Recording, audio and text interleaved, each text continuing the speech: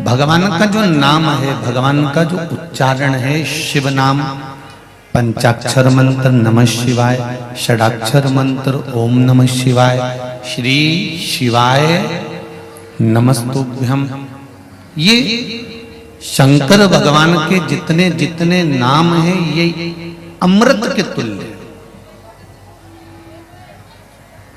औषधि देने वाले।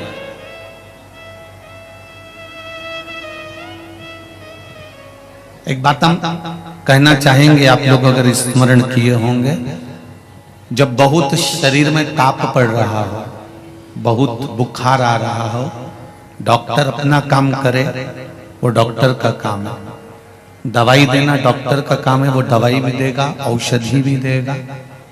डॉक्टर को भी दिखाओ, और डॉक्टर को दिखाते दिखाते साथ में जब शरीर में बहुत तेज बुखार आ रहा हो, ताप पड़ रहा हो, तो कोई वस्त्र गीला कर कर जब उसके सिर पर लगाया जाता है तो श्री शिवाय नमस्तुभ्यम इस मंत्र का जाप करते रहिए, करते रहिए।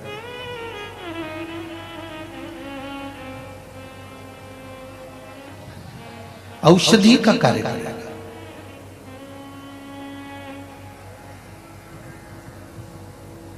दुनिया के लोगों को यह नहीं मालूम था कि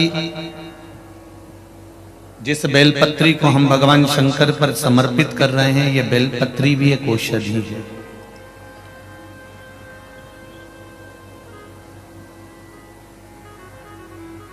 हम तो चढ़ाकर आ जाते थे और पंडित जी उसको उठाकर, या जो वहां के ट्रस्टी होते थे, सेवक होते थे, उसको उठाकर पानी में विसर्जन कर देते थे। परशु महापुराण के माध्यम से आज आपको ये ज्ञात तो हो गया कि बेलपत्री में, एक बेलपत्र में वो औषधि होती है कि वो ब्लड प्रेशर, शुगर, गठिया, थायराइड, इन सबको लेवल में लेकर आ जाती है अगर शिवजी पे चढ़ी हुई खाई है तो।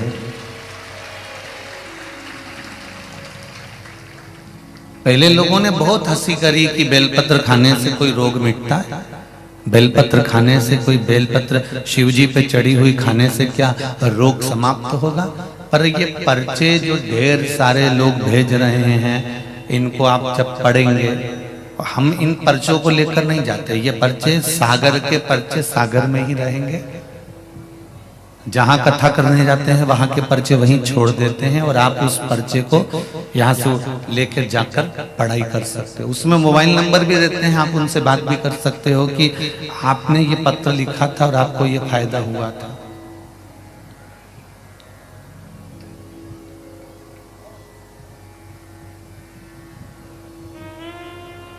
सियोर वाले महाराज के जहां जहां कथा करने जाते हैं वहां कोई रिश्तेदार नहीं होते कि हम यहां से कह दें कि आप खड़े हो जाओ और आप बोल दीजिए।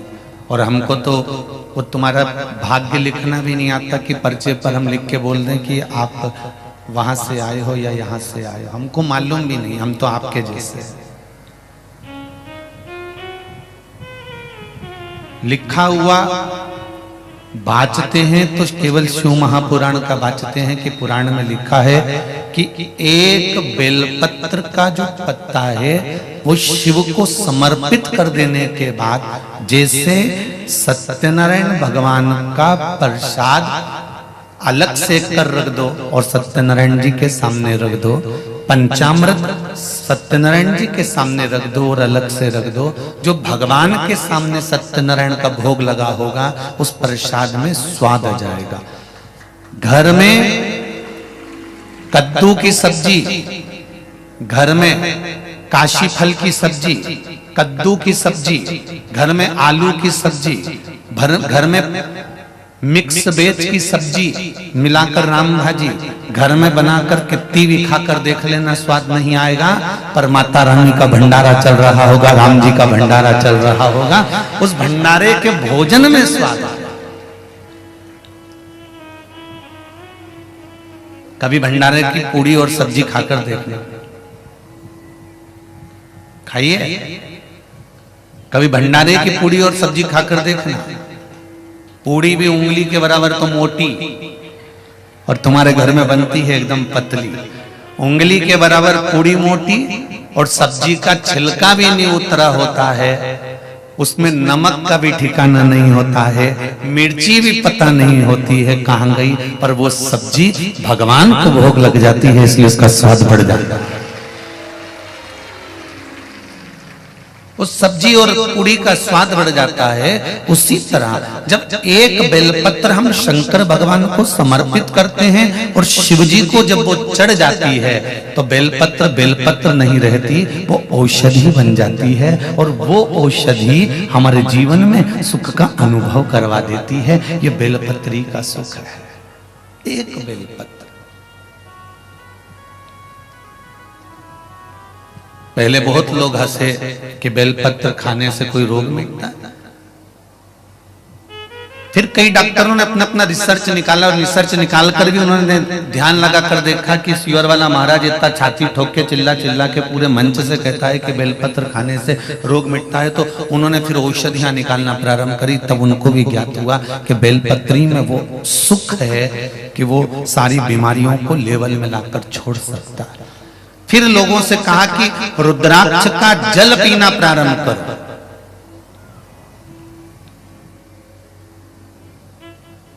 पर रुद्राक्ष भी असली होना चाहिए।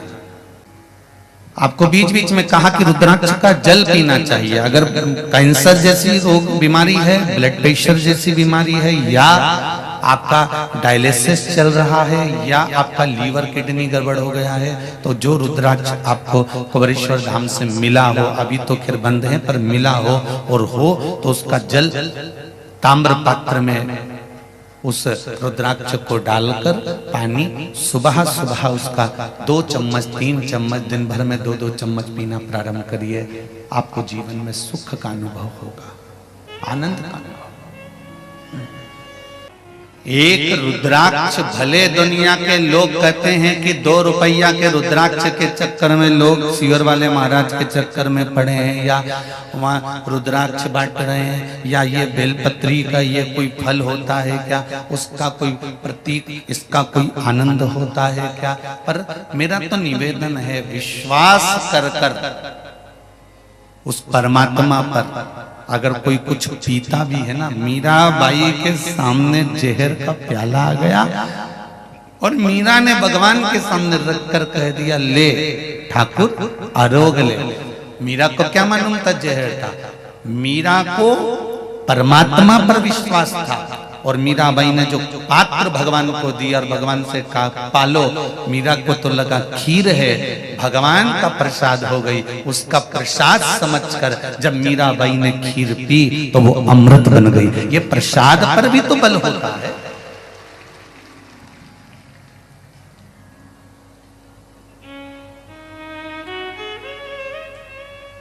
एक बेलपत्र में, एक रुद्राक्ष में वो बल है, त्रिपुंड में वो बल है, भस्म में वो बल है, जिस बल के बल पर हम परमात्मा को प्राप्त कर सकते हैं।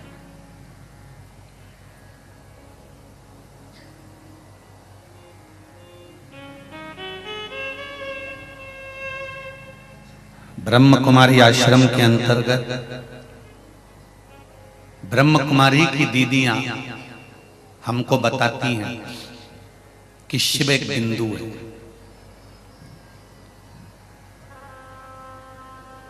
ब्रह्म कुमारी आश्रम में ब्रह्म कुमारी की दीदियां हमको बताती हैं कि शिव एक बिंदु है, और वो बिंदु भी बहुत दशमलव से भी दशमलव, छोटे से भी छोटा, छोटे से भी छोटा, बहुत सारे।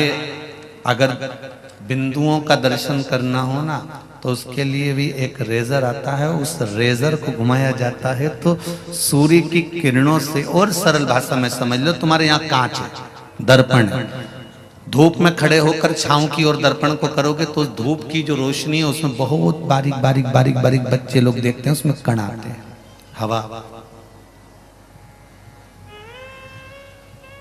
मेरे शिव मेरा शंकर भी वो दशमलव से भी दशमलव बहुत छोटा सा बिंदु है।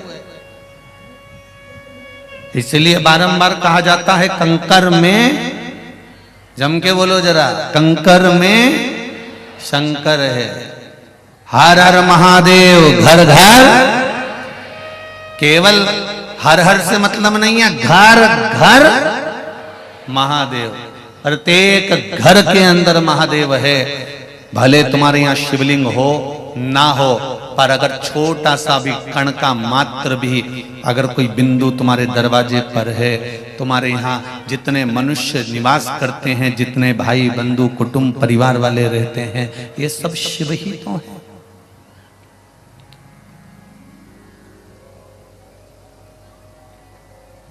उस सूक्ष्म से सूक्ष्म बिंदु को भी शिव कहा है।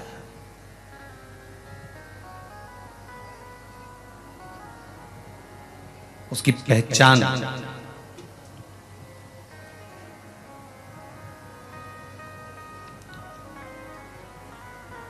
उसको जानना, पहचानना, स्मरण करना उसका सुख है। एक बेलपत्री, मेरे को उम्मीद है सागर के जितने शिव मंदिर होंगे उस शिव मंदिर में आप लोग बेलपत्र चढ़ाने जाते होगे तो उठाकर जरूर लाते होगे। बोलो री जी सही है। अब शिव मंदिर में निर्माल्य भी नहीं बचता कि पंडित जी को बाद में उठाकर ठंडा करने जाना पड़े या वहां के भक्तों को ठंडा करने जाना पड़े।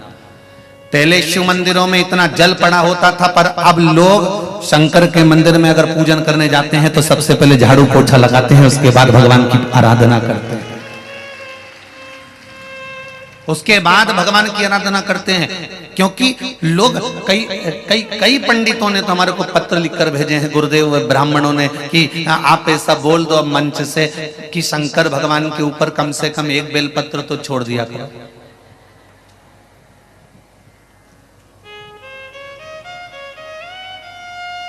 अमृत है उसका नाम, अमृत है उसकी औषधि।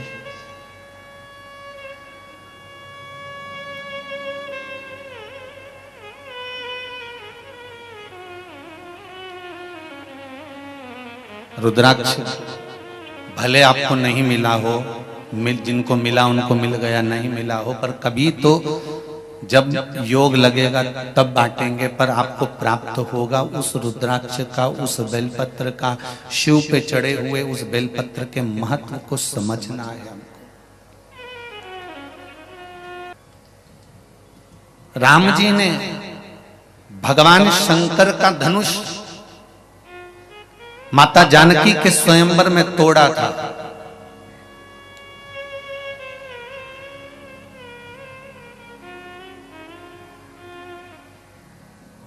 तो शंकर भगवान को क्रोध क्यों नहीं आया? अगर स्वयंवर में भगवान राम पहुंचे हैं और शंकर भगवान का पिनाक, शंकर भगवान का वो धनुष जो जनक जी महाराज के यहां पर था, और वो धनुष टूट रहा है, तो जिसने जो चीज गिफ्ट करी है, दिया गया है, तो किसी का वो तोड़ दो तो अच्छी बात थोड़ी ना।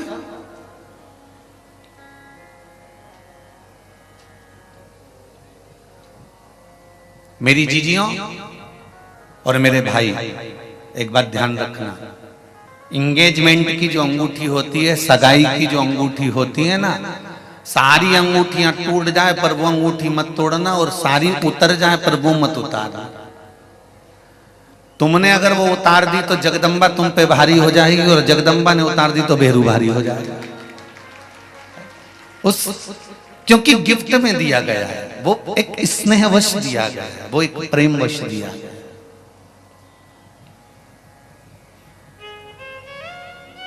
और जनक जी को परशुराम भगवान ने जो दिया था धनुष, वो प्रेमवश दिया था। नहीं तो परशुराम जी तो लेकर उसको रावण के पास भी गए थे, पर रावण को नहीं दिया। उन्होंने कहा रावण को नहीं दूंगा। अच्छा, कई लोगों ने मन में सोचा कि ये परशुराम भगवान भी ब्राह्मण है और रावण भी ब्राह्मण है, तो वो ब्राह्मण को देगा। हमारी शिव महापुराण की कथा कहती है, हमारे वेद और हमारे शास्त्र कहते हैं, हमारे शास्त्र वर्णन करते हैं पहले दिन कथा में कहा था ब्राह्मण, क्षत्रिय, वैश्य और शूद्र, ये चार चौकी के चार पाए हैं, जिन पाए के ऊपर हमारे वेद और पुराण रखे हुए हैं। ये चार वर्ण नहीं, ये भगवान के चार पुष्प हैं जो भगवान अपने पास में रखते हैं।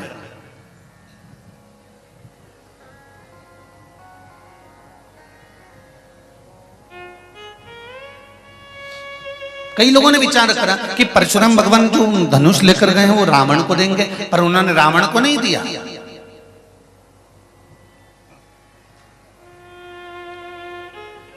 उन्होंने वो धनुष ले जाकर दिया है जनक जी, और जनक जी को वो धनुष ले जाकर दिया और कहा ये धनुष आप रखिए। तो जनक जी ने पूछा इसका मैं क्या करूं, आप बताओ। कुछ नहीं, आपके पास में रखो, ये धरोहर में रखो, इसको संभाल के रखो, ये आपके लिए है। जब जरूरत पड़े आपको तब इस धनुष का प्रयोग करना। राजा जनक ने एक शब्द परशुराम भगवान से कहा था कि मुझे धनुष की जरूरत ही नहीं पड़ती है। पूरे विश्व में, पूरे संसार में केवल जनक जी का राज्य के साथ था जनकपुरी, जहां पर चोर भी पकड़ाता था तो उसको सजा नहीं दी जाती थी। एक किसी ने गलत काम भी कर दिया तो उसको जेल में नहीं डाला जाता था। जनकपुरी में ना तो जेल होती थी ना सजा दी जाती थी। जनकपुरी केवल पूरे विश्व में एक ऐसी थी जहां का राजा बैठता था, चोर आता था उसको पकड़ कर लाते थे, जनक जी के सामने खड़ा कर देते थे और जनक जी उसके हाथ जोड़कर निवेदन करते थे, भाई बोलो तुमने चोरी क्यों करी है, तुम्हें किस चीज की जरूरत पड़ गई, इस नगर में कमी क्या पड़ गई जो तुमको चोरी करना पड़ी, भाई बोलो तो सही। और वो व्यक्ति चोर जनक जी के चरण पकड़कर कहता था ये चोरी का सामान आप रख लो, मैंने चोरी करी पर आगे से नहीं करूंगा। इसलिए जनकपुरी में ना जेल होती थी ना सजा होती थी।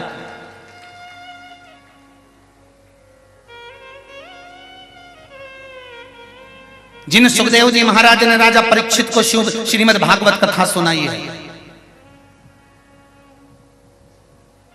वेद व्यास जी के पुत्र श्री सुखदेव जी महाराज, महाज्ञानी, विद्वानों में विद्वान, प्रचंड विद्वान,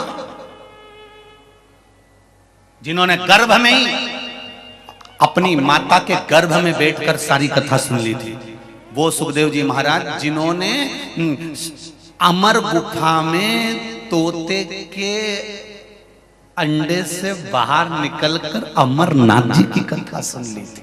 जरा विचार करिए, इतना विद्वान होंगे सुखदेव जी।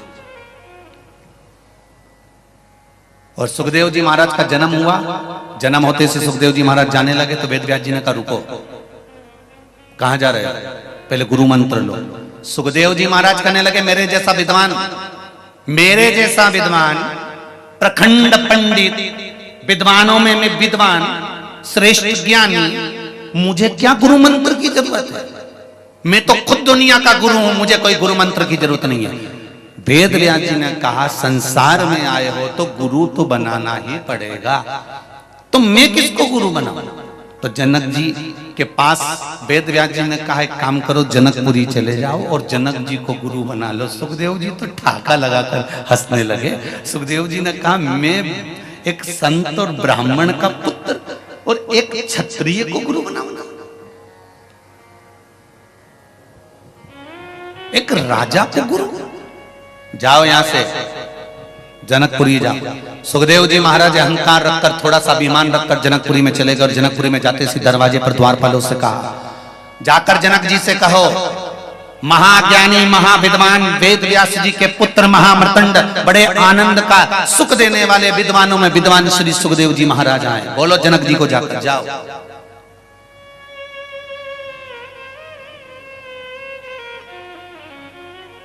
तुम्हारी 1000 दुकान हो, तुम्हारे घर में सोना और चांदी अंबारियों में भरा पड़ा हो, तुम्हारे घर में ढेर सारा पकवान हो, तुम्हारे पास में बहुत कुछ सुख के साधन हो, फिर भी किसी सदगुरु के पास जाकर मत कहना कि मेरे पास में इतना है और मुझसे पहले मिलो। मैं ये पद पर हूं, मैं इस पद पर हूं, मेरी प्रतिष्ठा ये है, मेरी शान ये है, मेरी सत्ता ये है, मेरा वैभव ये है। अगर सतगुरु के सामने जाना है, किसी गुरु के पास में जा रहे हो और कुछ लेने के लिए जा रहे हो, अपनी प्रतिष्ठा मत दिखाना, अपना पद मत दिखाना। जाते से गुरु के चरण पकड़ कर कहना, मैं तो आपके चरणों का दास हूं, मेरी कोई प्रतिष्ठा नहीं, कोई पद नहीं, मैं केवल आपके चरणार के बिंद के बस बल पर जी रहा हूं, आप मेरे पर कृपा कर दीजिए। अपना पद मत दिखाओ, अपनी प्रतिष्ठा मत दिखाओ, अपना यश मत दिखाओ कि मैं इस पद पर हूं, मेरी ये कुर्सी है, मेरा ये वैभव है, ये मेरी प्रतिष्ठा है, ये मेरी सत्ता है, मैं इस सत्ता के बल पर हूं, मैं यहाँ का नगर सेठ हूं, मैं यहाँ का राजा हूं, मैं यहाँ का वैभववान व्यक्ति हूं, ये हमें नहीं दिखाना।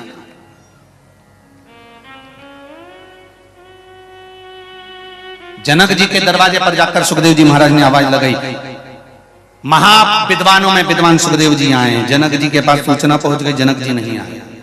3 दिन हो गए सुखदेव जी को राजा जनक के दरवाजे पर खड़े खड़े, जनक जी नहीं आए। चौथा दिन आ गया। रोज सुखदेव जी कहते थे जाकर कहो ये आए हैं, वो आए हैं। चौथे दिन सुखदेव जी महाराज ने जाकर कहा, द्वारपालों जनक जी से जाकर कहिए एक ब्राह्मण का पुत्र आया है, इतने दिन हो गए, कम से कम एक बार तो दर्शन दे दें और मिल लें। तब जनक जी के पास सूचना गई और जनक जी दौड़कर बाहर आ गए। जनक जी दौड़कर बाहर आए और दौड़कर बाहर आकर जनक जी ने देखा तो सुखदेव जी महाराज से सुखदेव जी महाराज को उठाया। सुखदेव जी महाराज ने जनक जी के चरणों को प्रणाम करा। जनक जी ने कहा, आप ब्राह्मण के पुत्र हैं, मुझे प्रणाम ना करिए, ये बताओ कैसे आना हुआ, मुझे गुरु मंत्र चाहिए। जनक जी ने कहा, मैंने तो 3 दिन तक आपके चेहरे का भाव देखा था, आपको गुरु मंत्र की जरूरत ही नहीं थी, फिर आप मुझसे गुरु मंत्र क्यों ले रहे हैं? तो सुखदेव जी ने कहा, ऐसा गुरु कहाँ मिलेगा मुझको, जिसकी यहाँ चोर भी पकड़ाता है तो मुंह पर के कर जाता है, डाकू भी पकड़ाता है तो मुख पर के कर जाता है। आपके नगर में ना जेल है, ना सजा है, ना कोई को मृत्यु दंड दिया जाता है, ना किसी को कारागार में डाला जाता है। आपके यहाँ ना तो जेल है, ना सजा है। जनकपुरी एक ऐसी पुरी है, ना यहाँ तो सजा होती है, ना कोई जेल होती है। यहाँ तो जो आता है सामने बोल कर जाता है। ऐसा नगर का राजा और ऐसा गुरु संसार में कभी नहीं मिल सकता। सुखदेव जी ने जनक जी को अपना गुरु बनाया है। अब तुम ध्यान से सुनना, जिस भागवत को राजा परीक्षित को सुखदेव जी सुना रहे हैं, जिस सुखदेव जी के पिता श्री वेदव्यास जी हैं, जिन वेदव्यास जी को गणेश जी महाराज ने पूरी श्रीमद् भागवत कथा लिखकर बताई, जिन सुखदेव जी महाराज ने भगवान शंकर के मुख से अमर कथा सुनी, वो सुखदेव जी महाराज का गुरु कोई साधारण नहीं था, क्षत्रिय एक राजा जनक जी थे। क्योंकि जनक जी के मन में भेद नहीं होता था। परशुराम भगवान ने शंकर भगवान का जो धनुष दिया वो जनक जी को दिया, क्योंकि ये यहाँ धनुष का काम ही नहीं पड़ता। तुम्हारे पास में बंदूक रखी हो, तुम्हारे पास में तलवार रखी हो, तुम्हारे पास में ढेर सारा मारने और ठोकने का सामान रखा हो, पर आपके चेहरे की, आपके शरीर की इतनी नम्रता होना चाहिए, इस वाणी में इतना जादू होना चाहिए, इतना प्रेम होना चाहिए कि तलवार और बंदूक उठाने की जरूरत ही ना पड़े और आदमी वही की वही खड़े। क्या करना है?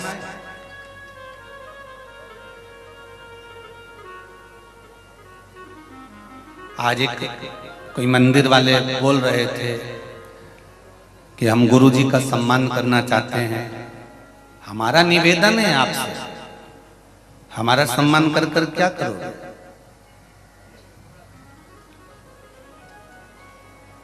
सम्मान करना है तो जो अपना घर छोड़ छोड़कर 3-3 घंटे 4-4 घंटे कथा के पंडाल में बैठे हैं, सम्मान इनका होना चाहिए। अपना घर छोड़कर धूप में चलकर, मुंह पर कपड़ा लपेटकर, तपतपाती हुई धूप में 2 व्हीलर गाड़ी से चलकर 10 रुपए खर्च कर कर ऑटो वाले को देकर वो जो धक्के खाकर यहाँ पहुंचता है, सम्मान तो इनका होना चाहिए। सम्मान गुरु का नहीं, कथावाचक का नहीं, सम्मान तो श्रोता का होना चाहिए। जब बाबा विश्वामित्र भगवान राम को लेकर धनुष यज्ञ में जा रहे थे, लक्ष्मण और राम जी को लेकर जब चल रहे थे, तब विश्वामित्र बाबा ने राम जी को रोक लिया अपने आश्रम में, रुको, कल धनुष यज्ञ में चलना। जी गुरुदेव।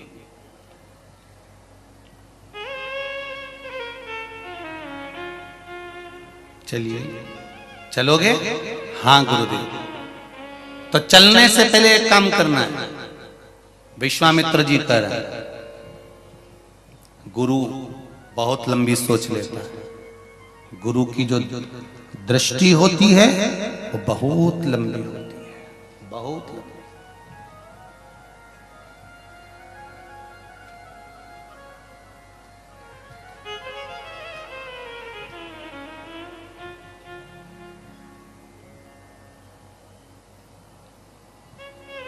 रामचरितमानस में एक पक्षी का नाम आता है, जटायु, संपाति। बोलो आता है कि नहीं आता? क्या कहता है वो?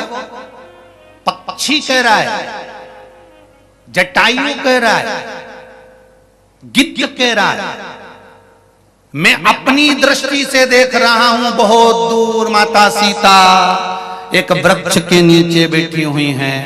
ये एक गिद्ध कह रहा है, मेरी दृष्टि बहुत दूर तक का देख रही है। सीता जी एक वृक्ष के नीचे बैठी हुई हैं, मैं अपनी दृष्टि से देख रहा हूं। शिव महापुराण की कथा कहती है, एक गिद्ध की दृष्टि बहुत दूर का देख लेती है और एक सिद्ध की दृष्टि बहुत ऊंचा देख लेती है। ये दो दृष्टियां बड़ी प्रबल हैं।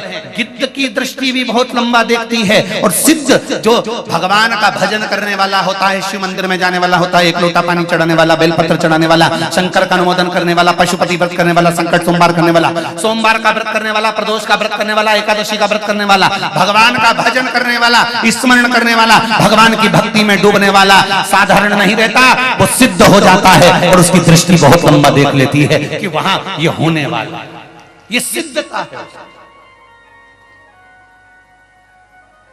गिद्ध भी दूर का देख रहा है तो सिद्ध भी दूर का देख रहा है। और वह सिद्ध कोई दूसरा नहीं, वो गुरु होता है, बहुत लंबा देखता है, बहुत लंबा। विश्वामित्र जी ने कह दिया, राम धनुष यज्ञ में तो चल रहे हो, पर मेरा मन का एक मनोरथ है। क्या? पार्थिव शिवलिंग का निर्माण करना है, पूजन करना है, अभिषेक करना है। ओ राम जी ने कहा, आज्ञा करिए गुरुदेव, करना क्या पड़ेगा, जाओ थोड़ी सी गंगा के तट की मिट्टी लेकर आओ। राम जी गए, मिट्टी लेकर आए, मिट्टी लेकर आए और लाकर मिट्टी को रखा। गुरुजी ने कहा, पार्थिव शिवलिंग बनाओ। और गुरुजी के सामने राम जी और लक्ष्मण जी ने मिलकर पूरी पूजन का साहित्य इकट्ठा करा। लक्ष्मण जी बेलपत्र लेने जा रहे हैं, दुर्वा लेने जा रहे हैं, तुलसी लेने जा रहे हैं, मंजरी लेने जा रहे हैं। लक्ष्मण जी सामग्री पर सामग्री लेने जा रहे हैं, अबीर गुलाल लेने जा रहे हैं। लक्ष्मण जी सारा चंदन आदि सामग्री लेकर आ गए और राम जी ने पार्थिव शिवलिंग का निर्माण करा।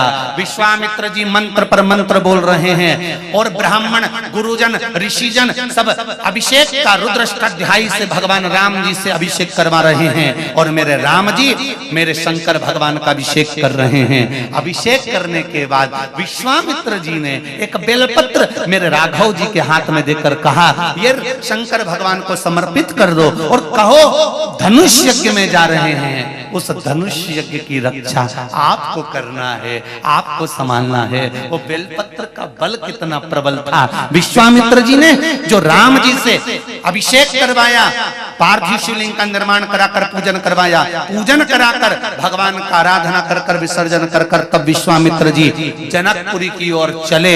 जब जनकपुरी की ओर चले तब सामने धनुष यज्ञ हो रहा है। एक से बढ़कर एक शूरवीर लंकाधिपति रावण तक उस धनुष को नहीं उठा पाए, तब सहस्त्र अर्जुन तक उस हजारों हाथों से धनुष को नहीं उठा पाया। तब मेरे राम जी को गुरु जी ने आदेश दिया, अब तुम जाओ। और राम जी ने वो धनुष उठाया, टूट गया। तो शंकर क्रोध क्यों नहीं करे? क्योंकि शंकर का आशीर्वाद लेकर चले थे, तो शंकर की ही कृपा हो गई कि अब धनुष में ही तोड़ सकता। राम जी धनुष को तोड़ नहीं रहे, शिव खुद तोड़।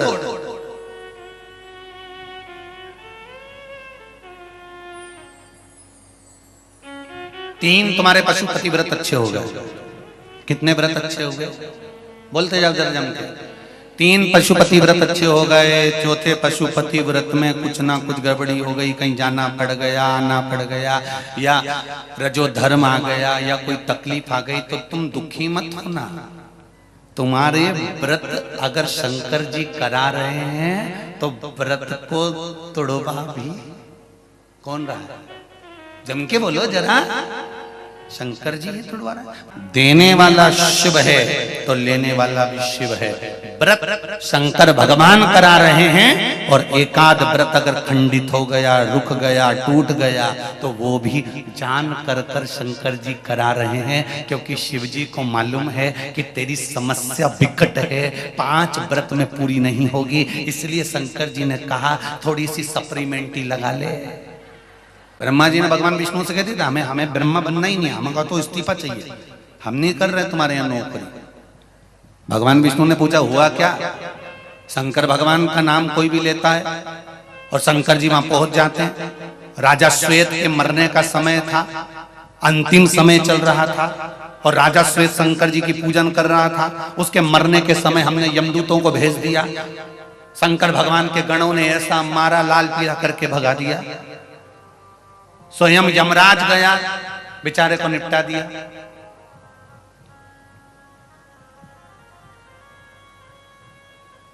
मृत्यु देवी को भेज दिया, उसको मार दिया। अब बताओ, तो फिर ब्रह्मा जी बोले हमारे मतलब ही क्या, हमारी कुर्सी का, हमारे पद का, हमारी कोई सुनता ही नहीं है। इतने में शंकर भगवान पहुंच गए। ब्रह्मा जी भगवान विष्णु के पीछे छुप गए। क्या हुआ? भगवान विष्णु ने कहा ब्रह्मा जी इस्तीफा दे रहे हैं नौकरी से। भगवान शंकर बोले दे दें दो, ये इस्तीफा देंगे, हम इनको निपटा देंगे। ब्रह्मा जी बोले हर हर महादेव, प्रभु प्रभु क्षमा करो। क्या हुआ बोलिए? आप हमारी चलने क्यों नहीं देते? जब उसके मरने का समय था तो तुमने बचाया क्यों? भगवान शंकर ने भगवान विष्णु के सामने ब्रह्मा जी से कह दिया, सुन लो नारायण और सुन लो ब्रह्मा जी, किसी के घर में आओ और किसी का सामान उठाकर ले जाओ तो पहले घर के मालिक से पूछना चाहिए। बोलो री जीजियो सही है कि गलत? अरे बोलते जाओ री सगर की जीजी सही है। तुम्हारे घर में कोई आ गया और तुम्हारा कूलर उठा के ले गया, तुम ले जान दोगी? तुम्हारे घर में आया कोई, तुम्हारी प्रेस उठा के ले गया, ले जान दोगी? तुम्हारे घर में आकर कोई तुम्हारी टीवी निकाल के ले जान दोगी? तो ब्रह्मा जी ने पूछा, हम किसी के घर में थोड़ी ना घुसे थे। शंकर भगवान ने कहा ब्रह्मा तुम ब्रह्मलोक में रहते हो, भगवान विष्णु वैकुंठ लोक में रहते हैं। ये पूरी पृथ्वी मेरा घर है। किसी मनुष्य को लेकर जाना है उठाकर तो पहले मेरी आज्ञा लीजिए कि उठा ले जाऊं। पहले आज्ञा मेरी लीजिए कि मैं लेके। भगवान शंकर से पूछ कर ले जाना। जब कमला यमदूत आते हैं पृथ्वी पर मृत्यु लोक में, और आने के बाद में पूछते हैं शंकर भगवान से, कमला बाई को ले जाऊं? शंकर जी इशारे में कह रहे थे, लीला उसके पास में बैठी है, कमला कथा सुन रही है, उसको छोड़ दे, लीला को ले जा। तो क्या अंतिम समय तो कमला का चल रहा था। बोल दिया ना, बस फाइल नीचे दबा दो, इसकी ऊपर कर दो, निपटा। ये भजन कर रही है क्या? ये शंकर के मंदिर जा रही है क्या? ये लोटा भर जल चढ़ा रही है क्या? ये श्री शिवाय नमस्तुभ्यम गा रही है क्या? अकाल मृत्यु वो मरे जो काम करे चंडाल का, काल उसका क्या बिगाड़े जो भक्त हो महाकाल का। शंकर की आराधना करने वाले का बाल बाका नहीं हो सकता। आप करो तो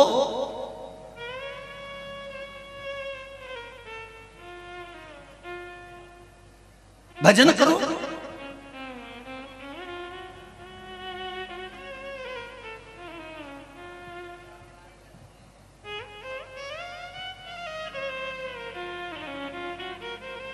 मृत्यु निश्चित आ सकती है, पर उस मृत्यु का सुख है भगवान का भजन,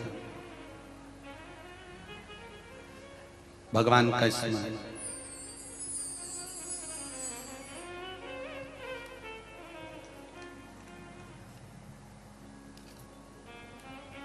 और जब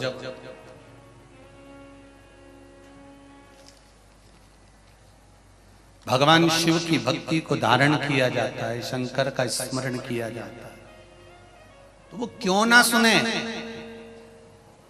भगवान राम शंकर भगवान की आराधना कर कर गए थे, इसलिए धनुष भी शंकर का था। तोड़ने वाले मेरे राम नहीं थे। कौन तोड़ रहा था? जम के बोलिए जरा। भगवान शिव तोड़ रहे थे। तुम्हारा व्रत तोड़ने की सामर्थ्यता किसी में नहीं। तुमने कोई सामान बुलवाया तुम्हारे पति से, वो सामान लाने में देरी कर दे तो तुम 2 मिनट में महागौरी से कालरात्रि बन जाती हो। तो किसमें सामर्थ्य था तुम्हारा व्रत तोड़वा दे? अभी एक बार कुबेरेश्वर धाम में किसी ने पत्र भेज दिया था और वो पत्र में लिखकर भेजा था कि गुरुजी से कहना जो बाजार में सामान मिला करे वही सामान बताया करें। हमारी पत्नी हमको बता के भेज देती, हम ढूंढ ढूंढ के थक जाते और कहती लेके ही आना।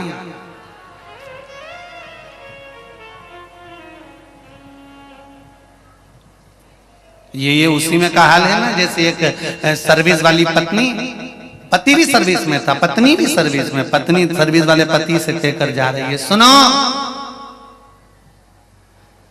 बाथरूम में कपड़े पड़े हैं,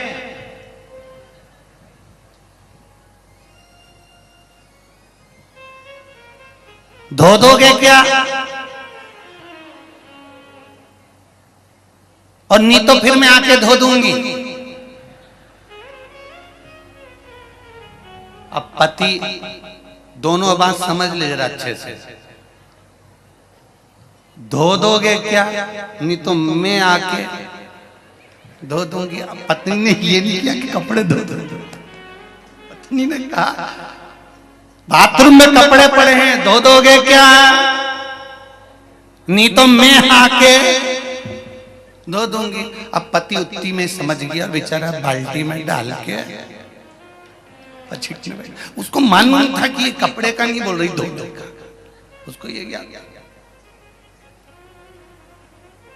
तो कोई दूसरा नहीं तोड़ सकता। शिव के धनुष को शिव ही तोड़ सकता है, इसके सिवाय कोई नहीं तोड़ सकता। ये मेरे राम तो केवल धनुष को हाथ लगाए। और ये पूछा, परशुराम भगवान स्वयं आए, शंकर के अवतार परशुराम जी ने आकर राम जी से पूछा धनुष किसने तोड़ा? तो राम जी ने कहा ये कोई तोड़ने वाला दूसरा नहीं था, आपका दास ही होगा। राम जी जानते हैं ये परशुराम नहीं, शंकर का अवतार है परशुराम। और पहचान गए तो कहा ये तोड़ने वाला कोई दूसरा नहीं, रामचरितमानस में ये तोड़ने वाला तुम्हारा कोई दास होगा। तो राम जी से पूछा तूने तोड़ कैसे दिया? तब राम जी ने परशुराम भगवान से कहा मैंने तो धनुष उठाया था, हाथ लगाया था, कब टूट गया मालूम नहीं पड़ा,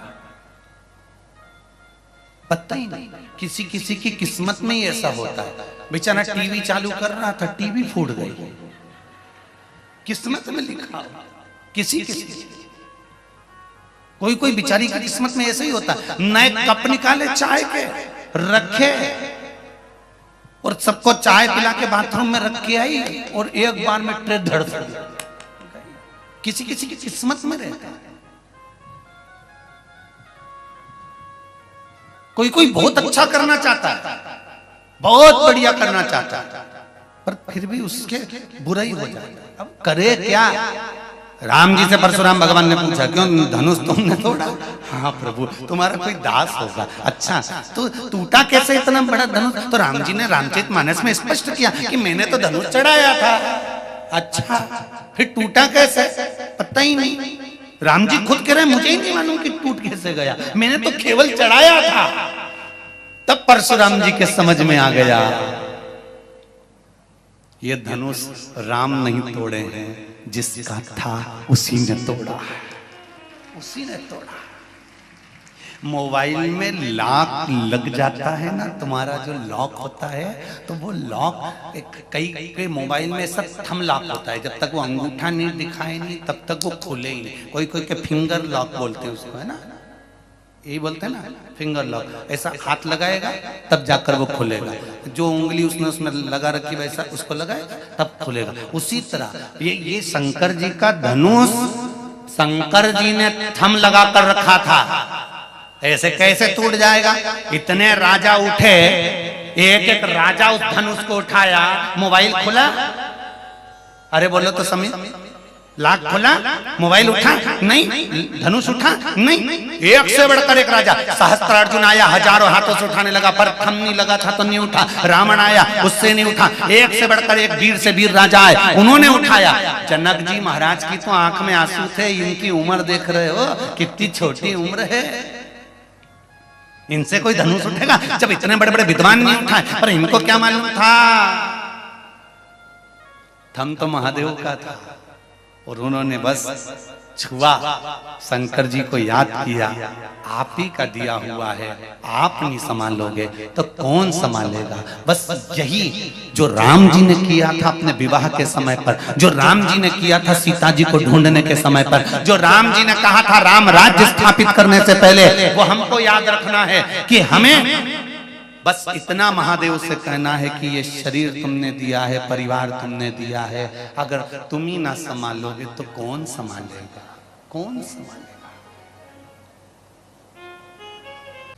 धनुष किसका था? जम के बोलो जरा। शिव जी का। तोड़ा किसने? राम जी तो केवल निमित्त थे, तोड़ा भी कोई दूसरा। शरीर किसने दिया आपका और हमारा? भगवान ने। तो पेट कौन भरेगा? जम के बोलो जरा। भगवान। दुनिया के लोगों से थोड़ा बहुत पैसा मांग कर ले आओगे तो 10 दिन चलेगा, पर देवाधिदेव महादेव से मांग कर ले आओगे तो जिंदगी भर चलेगा। शिव महापुराण की कथा में वर्णन आता है तारकासुर के 3 पुत्र तारकाक्ष, विदुम्माली और कमलाक्ष की।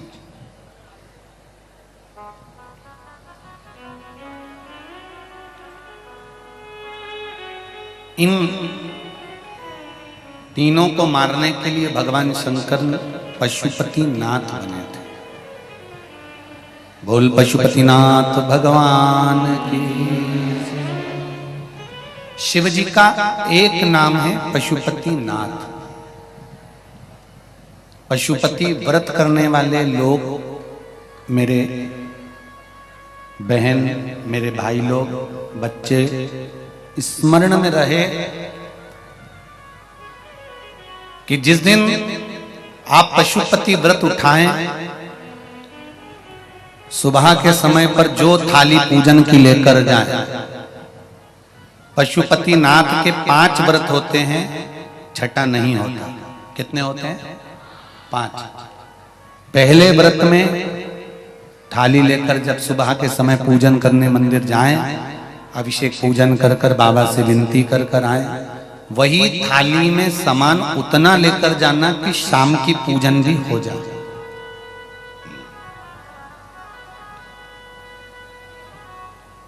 प्रदोष काल की भी पूजन, शाम के समय की पूजन भी हो जाए। थाली वापस ले आए, रख दें उसको ढककर। शाम को जब पूजन करने जाएं तो 6 दिए, मीठे का प्रसाद,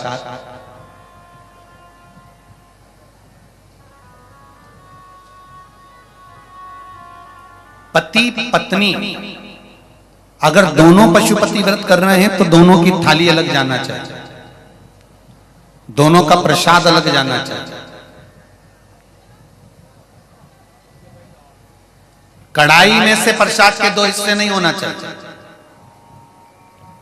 कई माताएं बड़ी चतुर होती है कि 2 थाली लगना है, पति भी पशुपति व्रत कर रहे हैं तो अपन हलवा बना लेते हैं सीधा, आधा इनके काम आ जाएगा, आधा हमारे काम आ जाएगा। मतलब पहले ही कढ़ैया में 2 हिस्से होगा तो वो प्रसाद स्वीकार नहीं होगा। विशेष ध्यान रखना।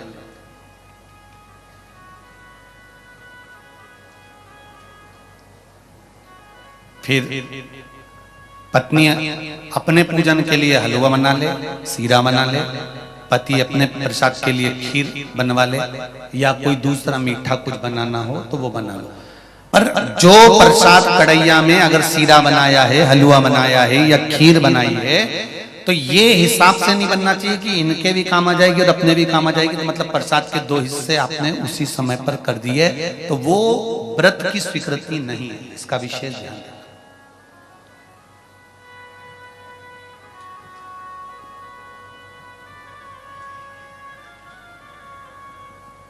पशुपति व्रत सुबह जो थाली लेकर गए हो, शाम को वही थाली जाती है, 6 दिए जाते हैं, प्रसाद जाता है, पूजन होती है। शाम को प्रसाद के 3 हिस्से हो जाते हैं, 3 हिस्से होकर 5 दिए मंदिर में लगाए जाते हैं। पहला जब व्रत रहे तो बाबा से बेलपत्र चढ़ाते समय विनती करी जाती है प्रदोष काल में शाम के समय कि बाबा मैंने ये पशुपति व्रत उठाया है, इस कार्य के लिए कर रही हूं, आपके बल पर है और आपको ही करना है। बाबा से निवेदन कर कर विनती कर कर दिया साथ में लेकर प्रसाद के 2 हिस्से मंदिर में छोड़कर 1 हिस्सा लेकर घर की ओर चलना है। घर में प्रवेश करते समय राइट हैंड में सीधे हाथ की ओर बैठकर दिया लगाना है। चाहे तुम्हारा मुख दरवाजे की ओर हो, चाहे बाहर की ओर हो, पर प्रयास करा करो जब दरवाजे का दिया लगे राइट हैंड का, तो मुख दरवाजे की ओर। सीधे हाथ की ओर दिया लगाओ आराम से बैठकर। दिया लगाते समय बाबा से विनती करो, बाबा मेरा ये कार्य है, आपको सफल करना है। दिया लगाकर अंदर प्रवेश कर जाओ। भोजन करने से पहले जो प्रसाद आप 1 हिस्सा लेकर आए हो, वो प्रसाद का हिस्सा पूरा खाइए, उसमें से किसी को देना नहीं है। केवल आप व्रत कर रही हैं तो उसका हिस्सा आपको ही। भोजन के पहले उस मीठे का प्रसाद खाओ। इसके बाद में जो भी घर में भोजन बना हो उसको प्रेम से आनंद के साथ पाइए और बाबा का व्रत करो। 5वां व्रत अगर बीच में कोई रजस्वला धर्म आ जाए, कोई काम आ जाए, तो उपास तो करना पड़ेगा। एक समय फलहार करो, एक समय भोजन करो, व्रत करो, पर पूजन भले मत करो। तो वो व्रत गिनती में नहीं आएगा। गिनती में वही व्रत आएगा जो आपने शिव मंदिर में जाकर पूजन करी है। पशुपति नाथ का व्रत वैसे तो मंदिर के अंदर ही करना चाहिए, मंदिर पर ही होना चाहिए। पर साउथ में, दक्षिण में अगर मंदिर के अंदर नहीं जाने देते तो बेलपत्री के वृक्ष के नीचे करें। बेलपत्री के वृक्ष के नीचे भी नहीं करने देते तो फिर घर में करें। पर एक बात का स्मरण रहे, घर में करने पर उतना फल नहीं मिलता जितना मंदिर में जाकर करने पर प्राप्त होता है। ध्यान रखना, मंदिर में जाकर जब 5वां व्रत पूर्ण हो, बीच में अगर गैप भी आ जाए तो 5वां जो व्रत होगा आपका, उस 5वें व्रत में भगवान को कुछ भी पूजन करने के बाद 108 चीजें, या तो बेलपत्र या पंखड़ी फूल की या चावल का दाना, मूंग का दाना, जो भी आप बाबा को समर्पित कर सकते हो, कुछ बाबा को 108 दाने समर्पित कर दो, या बेलपत्र समर्पित कर दो, या पुष्प समर्पित कर दो। श्रीफल 11 रुपए रखकर बाबा को विनय करो, बाबा आज मेरा व्रत पूर्ण हो रहा है, आप मनोकामना पूर्ण करना। जी अगर दिल से पशुपति व्रत करा है तो ये निश्चित है 5 व्रत तक इंतजार नहीं करना पड़ेगा, 2-3 व्रत में ही मेरा बाबा कार्य पूर्ण कर दे। और आपने भी कितने लोग बैठे हैं जिन्होंने पशुपति व्रत करे होंगे और बाबा ने सुनी होगी, ये निश्चित है। हाथ उठाओ जिन जिन की बाबा ने पशुपति व्रत में सुनी है। ये देखो ढेर लगा है, चारों पंडाल में आप देख सकते हो लोगों के भाव हृदय। बैठिए, कर लो। पशुपति व्रत का वो बल है। 5वां व्रत पूर्ण हो, बाबा को विनती कर कर वैसे की वैसे दिया लगाकर श्रीफल 11 रुपए रखकर वापिस अपने घर आ जाओ। एक दिया प्रज्वलित कर कर अंदर प्रवेश करो, फिर वापिस भोजन ग्रहण करो। उससे पहले प्रसाद पाइए, बाबा का गुणगान गाइए। प्रयास करना पशुपति व्रत जिस दिन रहे उस दिन श्री शिवाय नमस्तुभ्यम। मंदिर में भी अगर पूजन कर रहे हो तो श्री शिवाय नमस्तुभ्यम या पंचाक्षर नमः शिवाय या षडाक्षर ओम नमः शिवाय मंत्र का स्मरण करते रहे। शिव की पूजन करो, आराधना। दिल से निवेदन करो, दिल से बाबा से विनय करो, निवेदन करो, विनती करो और पशुपति व्रत दिल से करो। जो व्रत हम कर रहे हैं या शिव जी के जो उपाय बताए जाते हैं वो अगर हम करते हैं तो दिखावा कर कर नहीं, विश्वास रख कर करोगे और तिलक जुड़ गया तो निश्चित है कि वो कार्य सफल जरूर होगा, निश्चित है। सारी समस्या का हल एक लोटा जल।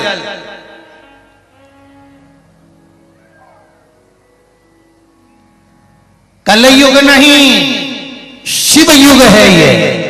जो मंदिरों में इतना शिव की आराधना कर रहे हो, ये शंकर की आराधना का युग है कि शिव की आराधना करो, शंकर की भक्ति करो।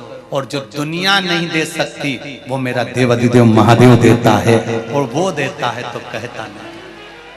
आप जाओ मंदिर में जाकर सेवा करो, चाकरी करो, कुछ नहीं हो तो झाड़ू पोछा लगा दो, वो भी नहीं हो तो मंदिर में बैठकर नंदी के पास शंकर जी को देखकर मुस्कुरा दो, स्माइल भी दोगे, वो भी समर्पित पुष्प की तरह है।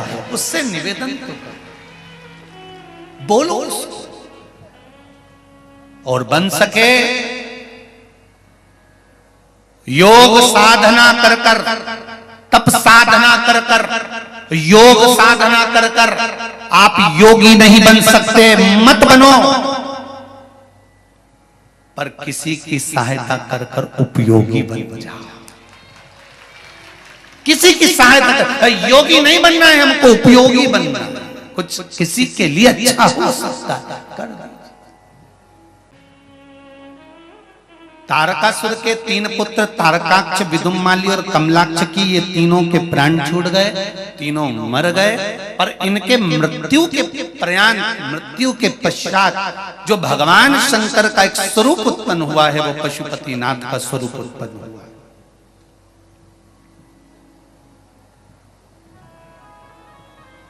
इस व्रत की इतनी प्रबलता क्यों है? कारण क्या हुआ? क्यों पशुपति व्रत की महत्वता है? क्यों वर्णन आता है शिव महापुराण के अंतर्गत? शिव महापुराण में वर्णन आता है, साथ में एक महाभारत के कौन सा पर्व है उसमें भी इसका वर्णन आता है, पशुपति व्रत का। पशुपति व्रत का जिस समय पर भगवान कृष्ण के पास में पांडव जाकर कहते हैं कि प्रभु हमें बताओ, हमें वैकुंठ मिलेगा कि नरक मिलेगा, तब भगवान कृष्ण ने कहा तुमने कोई बहुत अच्छा कार्य नहीं करा जो तुमको वैकुंठ मिल जाए। तुम्हारे अपनों का तुमने वध किया, गुरु का तुमने वध करा है, सामने सेना में कई ब्राह्मण भी युद्ध लड़ रहे थे कौरवों की ओर से, उनका तुमने वध करा है, इसलिए पांडव तुम्हें तो नरक का भोग तो भोगना पड़ेगा। पांडवों की आंख में आंसू भर गए, हमारी इस नरक का भोग ना भोगना पड़े उसके लिए कोई उपाय बताएं। तब भगवान कृष्ण ने कहा कि तुम शंकर की आराधना करो, शिव जी का गुणगान करो, शिव को ढूंढो और उनसे पूछो कि मुझे नरक ना भोगना पड़े उसके लिए क्या करना पड़ेगा। तब भगवान शंकर को ढूंढने के लिए पांडव चले, ये महाभारत का चरित्र है। और ढूंढते ढूंढते चलते चलते सब दूर जाते, जहां ये भगवान शंकर को ढूंढने जाते, शंकर भगवान वहीं से ओझल हो जाते, छुप जाते। ढूंढते ढूंढते ये पहुंच गए नर नारायण पर्वत पर। इन्होंने सोच लिया इतनी ऊपर आ गए हैं, यहां से अब शंकर जी को पाए बिगड़ नहीं जाएंगे। बैठ गए वहीं तप साधना करने के लिए। अपार ठंड, अपार बर्फ गिर रहा है और पांडव बैठे हैं शिव को पाने के लिए। शंकर भगवान इनकी परीक्षा लेने के लिए वहां से शिव जी गायब हो गए, एक बेल का रूप रखकर चले गए। महाभारत कथा में पशुपति व्रत की कथा का वर्णन सुनिए। शिव गए, शंकर भगवान एक नंदी बनकर वहां से ओझल हो गए। कई दिन तक पांडव नर नारायण पर्वत पर बैठकर तप करते रहे।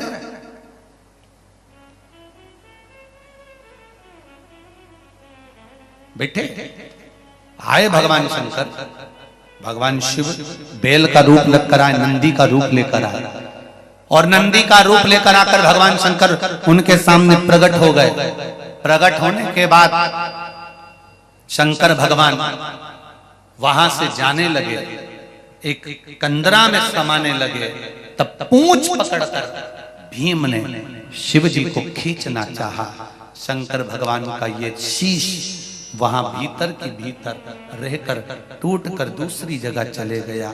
शंकर जी का जो नंदी का भाग था पीठ और ऊपर का भाग उबड़, वो वहीं की वहीं रह गए।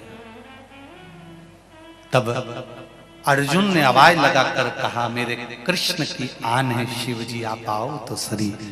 उस स्थान पर केदारेश्वर महादेव प्रकट हो गए, भगवान शिव प्रकट हो। भगवान शंकर ने कहा, मैं पशु बनकर छुपा हूं और तुमने मुझे प्रकट करा,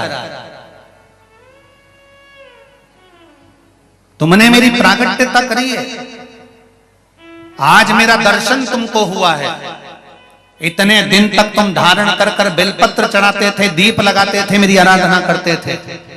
यही व्रत का फल, इसी पशुपति व्रत का दर्शन किया, इसलिए तुम जाओ, तुम्हारे लिए वैकुंठ के मार्ग खुले हुए हैं।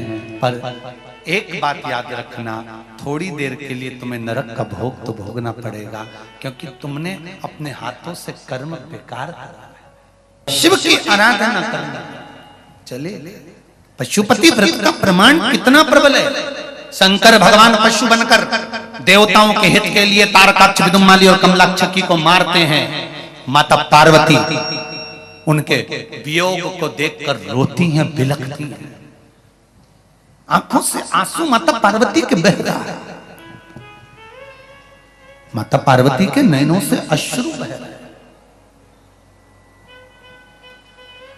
देव ऋषि नारद का आगमन हुआ। श्रीमन नारायण, श्रीमन नारायण, श्रीमन नारायण। देव ऋषि नारद का आगमन हुआ तो पार्वती जी ने हाथ जोड़कर निवेदन करा, नहीं देव ऋषि नारद को, आप मेरे गुरु हो, बचपन में आपने मुझे ज्ञान दिया था कि शंकर की आराधना करो तो शिव मिलेंगे, तो मैंने शिव की आराधना करी, शंकर मुझे मिले।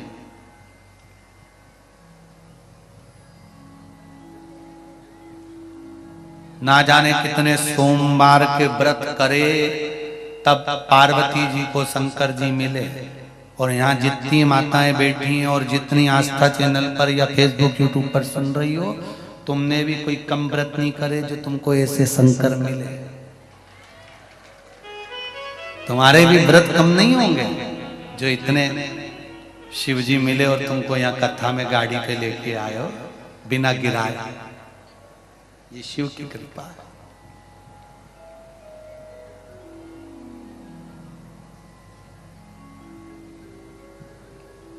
ये प्रभु की कृपा है। अब देवऋषि नारद से माता पार्वती जी ने पूछा कि कोई उपाय बताओ मेरे प्रभु आ जाएं। देवऋषि नारद ने कहा तुमको मालूम नहीं है, तुम्हारे पति तो पशु बन गए। नंदी का रूप रखा है उन्होंने बहुत विशाल, और उनका सिर भी कटा। मेरे पति का सिर कटा है? हाँ, अगर मेरे पति का सिर कटा है तो मेरे दुख को काटने के लिए मुझे क्या करना पड़ेगा? देव ऋषि नारद ने कहा एक काम करिए, आप शंकर की आराधना करना प्रारंभ करो, कुछ ही दिन में शिव आपको प्राप्त होंगे। सिर कटने के बाद किसका जुड़ता है? पर पार्वती जी ने जो शिव की आराधना करी, भगवान शंकर का ऐसा पशुपति व्रत का फल मिला कि पार्वती का दुख कटकर शिव सामने आकर खड़े हो गए। ये शिव की कृपा।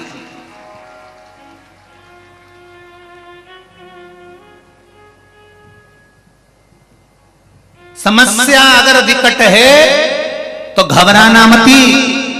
जितनी समस्या विकट होती है उतना ही महादेव निकट होता है, ये निश्चित है। जितनी समस्या विकट होगी शिव उतना निकट होगा। दुखी मत होना। समस्या बड़ी है ना, उसका भजन करना। श्री शिवाय नमस्तुभ्यम। और समस्या बड़ी है, भजन का बल बढ़ा लो।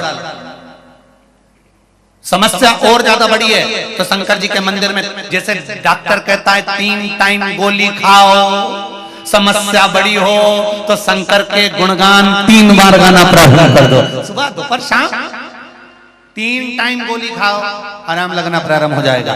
ज्यादा समस्या है, शंकर के मंदिर जाओ। तो क्या दिन में तो मंदिर बंद रहता है? मंदिर भले बंद रहेगा, शिखर थोड़ी ना बंद रहेगा, उसके दरवाजे पर जाकर के कराना, आ गई हूं, ध्यान रखना, प्रणाम कर कर आ जा, बस चेहरा दिखाना उसके द्वार पर और बोलकर।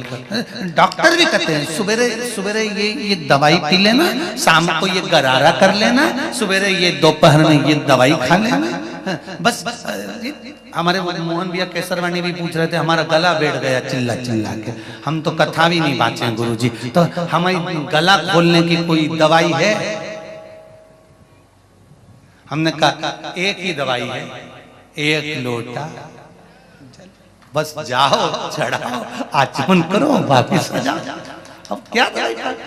हम भी तो वही करते हैं। अगर कभी बोल बोल कर गला गड़बड़ हो जाए तो शिव जी को बस मंदिर में जाके एक लोटा जल चढ़ा, कटोरी भर के पानी लिया, शंकर भगवान को निहारते निहारते निहारते निहारते निहारते, ठीक है,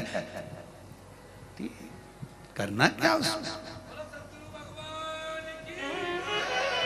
पहले प्रैक्टिकल अपने ऊपर करो, फल मिल रहा है नहीं मिल रहा है, उसके बाद जनमानस का बोलो, फल मिलेगा निश्चित है। पार्वती जी की समस्या विकट्ठी, भगवान शंकर कैसे मिलेंगे? पार्वती जी की समस्या को मिटाने के लिए भगवान देवऋषि नारद ने कहा शिव की आराधना करो, शंकर की आराधना करी।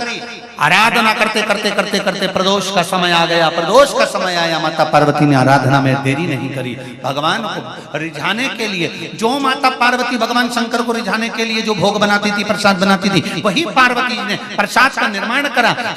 प्रदोष काल में पार्वती जी ने शिव की आराधना कर कर वो प्रसाद का भोग लगाया शंकर को बुलाने के लिए। उनकी पसंद का पकवान, उनकी पसंद का प्रसाद सामने रख दिया।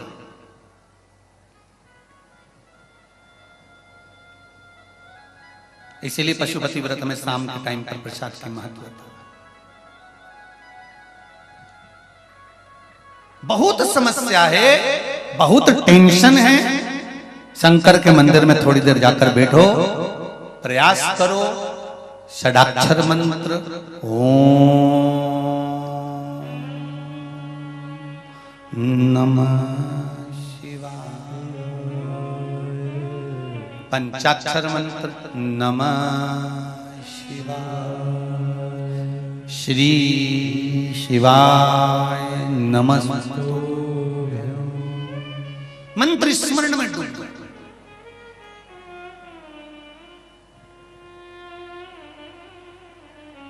शंकर भगवान को प्राप्त कर लिया माता पार्वती।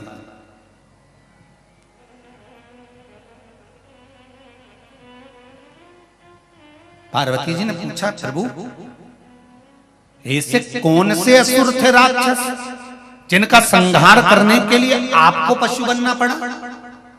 भगवान शंकर कहते हैं राक्षस का संहार करने के लिए मैं पशु नहीं बनाऊं। शिव जी कहते हैं पार्वती से सुनो पार्वती, मैं 33 कोटि देवी देवताओं को पशु बनाया था, उनके उद्धार के लिए मैं पशुपति नाथ बना, उनके उद्धार के लिए। राक्षसों के संहार के लिए मुझे पशु बनने की जरूरत नहीं।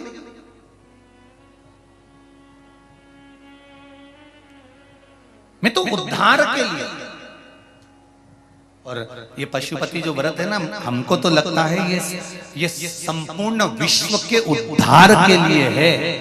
ये दबा हुआ था शिव महापुराण में, इसको कोई उजागर नहीं करा था।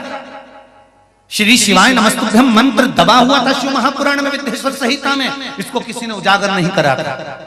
पशुपति व्रत दबा हुआ था, इसको किसी ने उजागर नहीं करा था। बेलपत्री दबी हुई थी, इसको उजागर नहीं करा था। एक लोटा जल लोग समझ नहीं पाते थे, उसको उजागर नहीं करा था। रुद्राक्ष की महत्वता, उसको उजागर नहीं करा था। शिव पुराण के कई तत्व ऐसे जुड़े हुए हैं जो संसार में व्यक्ति को दुख भोगे बिना परमात्मा मिल सकता है, बस स्मरण करने वाला। छुपा हुआ था शिव पुराण में, वो निकाल। और आज केवल देश में नहीं, विदेश में भी, संपूर्ण विश्व में लोग पशुपतिनाथ का व्रत कर रहे हैं, बेलपत्री का प्रयोग कर रहे हैं, जल चढ़ा रहे हैं। उसका फल मिलता निश्चित मिले, प्राप्त हो, और अवश्य इस शिव की कृपा से मिला है। शंकर मैं, भगवान शंकर कहते हैं मेरा पशुपति दर्शन, मेरा पशुपति नाथ बनना संपूर्ण जगत के कल्याण के लिए। इसलिए पशुपति व्रत ये नहीं कि महिला के लिए करे। जिस दिन पुरुष को जरूरत पड़े तो पुरुष भी 5 व्रत उठा ले, बच्चों को जरूरत पड़े तो बच्चे भी 5 व्रत उठा ले, बेटियों को जरूरत पड़े कि बेटियों को भी कोई आगे बढ़ना है, कोई कर्म करना है, बेटियां भी 5 व्रत उठाएं। पशुपति व्रत किसी एक के लिए नहीं, पशुपति व्रत सबके लिए है। चाहे ब्राह्मण हो, चाहे क्षत्रिय हो, चाहे वैश्य हो, चाहे शूद्र हो, सबके लिए पशुपति व्रत की महत्वता है। सब कर सकते हैं पशुपति व्रत की महत्वता। संपूर्ण विश्व के कल्याण के लिए भगवान ने ये व्रत की महत्वता का दर्शन दिया। भगवान शंकर के पुत्र श्री गणेश जी कार्तिकेय और अश्वत सुंदरी का दर्शन हम यहाँ कर रहे हैं, भाव के साथ, आनंद के साथ। आज 5वें दिवस की कथा यहाँ विराम ले रही है। कल 6ठे दिवस की ओर अग्रण्य होंगे, बड़े भाव और आनंद के साथ कथा का रसपान करेंगे। आज की कथा में सुंदर अशोक सुंदरी भगवान गणेश जी की सुंदर आनंदमय बहन कार्तिकेय स्वामी और श्री गणेश जी महाराज अपने बहन भाई के साथ यहाँ पधारे हैं। जोरदार ताली बजाएं भगवान कार्तिकेय महाराज, गणेश जी महाराज, अशोक सुंदरी के लिए।